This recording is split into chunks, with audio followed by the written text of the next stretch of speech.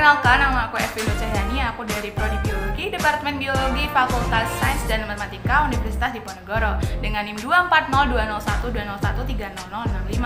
Aku akan membahas lebih dalam mengenai toponimi, terutama toponimi Jalan Kenanga di Desa Bergas Kidul. Selanjutnya aku akan membahas mengenai klasifikasi, morfologi, habitat, dan juga manfaat dari bunga kenanga nih. Menarik banget ya ternyata materi yang akan aku sampaikan. Jadi kalian jangan sampai skip video ini dan tonton sampai habis dari awal sampai akhir ya. Oke, tanpa menunggu lebih lama lagi, kita langsung masuk ke materi yang pertama, yaitu apa itu toponimi.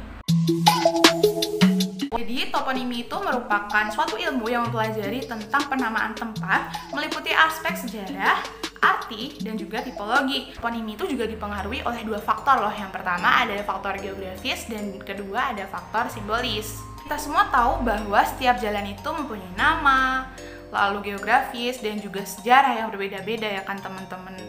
Yang pada akhirnya mereka bisa dinamai dengan nama tersebut gitu.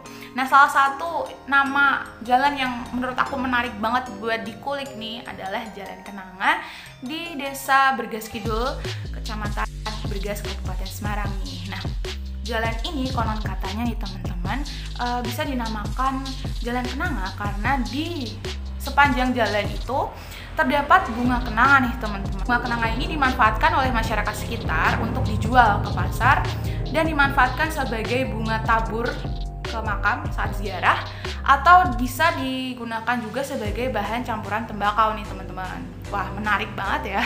Kalian penasaran gak sih kenapa di Desa Bergas Kidul itu banyak banget bunga kenanga atau pohon kenanga? Nah, jadi di Desa Bergas Kidul ini mempunyai ketinggian sekitar 400 mdpl dengan suhu lingkungan 21 derajat Celcius hingga 30 derajat, di mana itu merupakan salah satu habitat yang disukai oleh tanaman kenanga nih teman-teman. Selanjutnya aku akan membahas lebih lanjut mengenai klasifikasi taksonomi dari bunga kenanga nih teman-teman.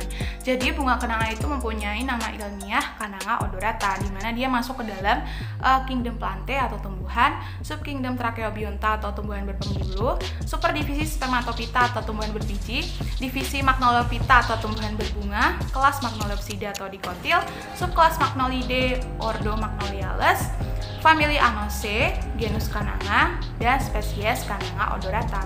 Selanjutnya aku akan membahas lebih lanjut mengenai morfologi dari bunga kenanga nih teman-teman.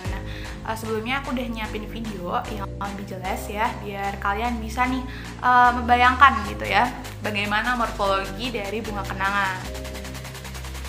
Bunga kenanga atau Cananga odorata merupakan salah satu tanaman yang berhabitus pohon dengan ciri morfologi yang khas pada setiap bagiannya.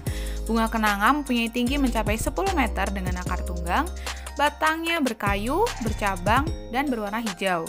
Daunnya termasuk dalam daun tunggal dengan letak tersebar, berwarna hijau, berbentuk bulat telur, dengan ujung daun meruncing dan pangkal daun rata. Bunga kenanga termasuk ke dalam bunga majemuk, berwarna hijau saat masih muda dan menjadi kuning saat sudah tua. Berbentuk payung, terletak di ketiak daun.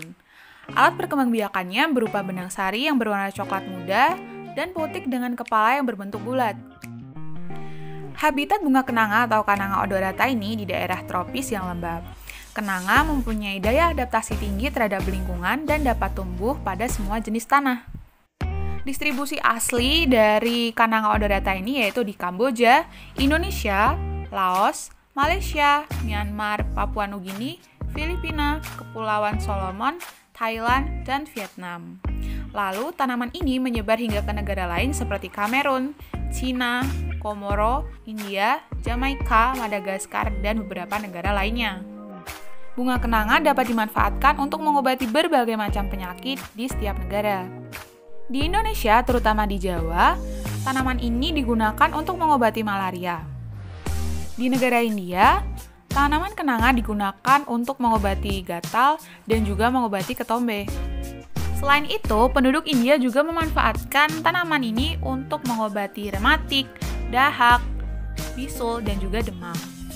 Lalu, di Papua Nugini, tanaman ini digunakan untuk mengobati asam urat.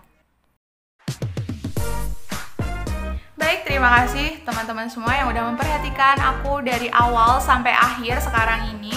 Kurang lebihnya aku mohon maaf apabila ada kesalahan ya, penyampaian kata atau perbuatan. Wassalamualaikum warahmatullahi wabarakatuh. Terima kasih teman-teman.